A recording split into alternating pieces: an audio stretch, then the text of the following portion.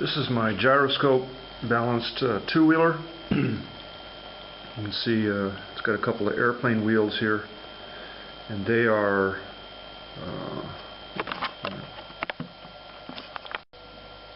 this is my gyroscope balanced two-wheeler, and it's a little platform with two airplane wheels, and they are rounded wheels. They are not the flat, so they will not balance by themselves. It takes the gyroscope to balance it. And I used acrylic rulers for a frame for the gyroscope, and a motor, DC motor mounted on the top. And the gyroscope itself is just four CDs squished together with hot glue and held on with the airplane propeller adapter that you use for RC aircraft.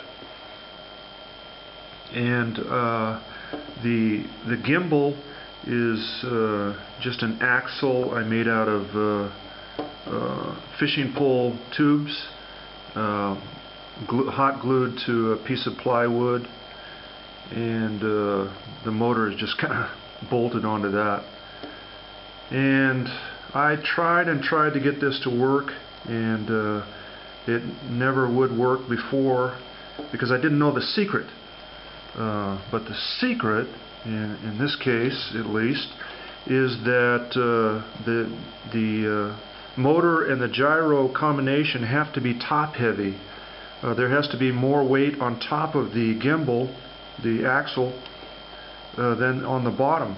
I tried it with a very heavy gyroscope, and it would just fall over slowly, but it would just fall over. And then I tried it with a very heavy top motor, more weight up here, and it would fall over. But if I got into the sweet spot, which was right where this zip tie is, so my center of mass is right about there, which is about a centimeter above the gimbal, or above the axle. And then it started working. So I looked and I looked. I saw other people where they had built a self-balancing two-wheeler, and but there were no details. They wouldn't say anything about the distribution of weight between the motor and the gyroscope.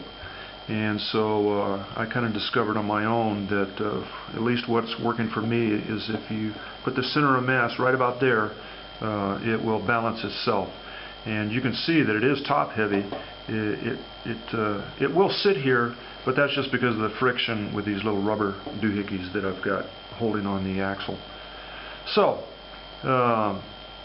it does seem to work pretty good. It shakes and shivers a bit, but that's just because I'm using really cheap materials, really flexible materials, and my CD gyroscope is definitely out of balance. It's not balanced. So I believe if you used a balanced gyroscope, this thing wouldn't move at all when it's running. But it's working now, so my next step is to try to control because I want this thing to move forward and backwards, and I want to try to control the weight that controls the precession of the gyroscope itself. And so I'm going to have to do that with a counterweight, and I'm going to mount a servo on top here, and it will swing a counterweight back and forth. So even though I push on this thing, it will counter that movement.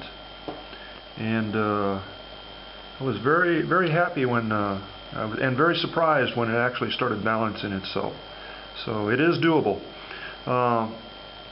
I wanted to do it with some really cheap materials like these CDs, so that maybe others out there who don't have access to a machine shop where they can make a nice precision rotor. I wanted to be able to show that even using cheap materials, nothing is straight on here. Everything is kind of crooked, and even so, if you get it balanced just right, this thing will still balance on a two-wheeler. So I hope some other people will try this little experiment and see where we can go from there.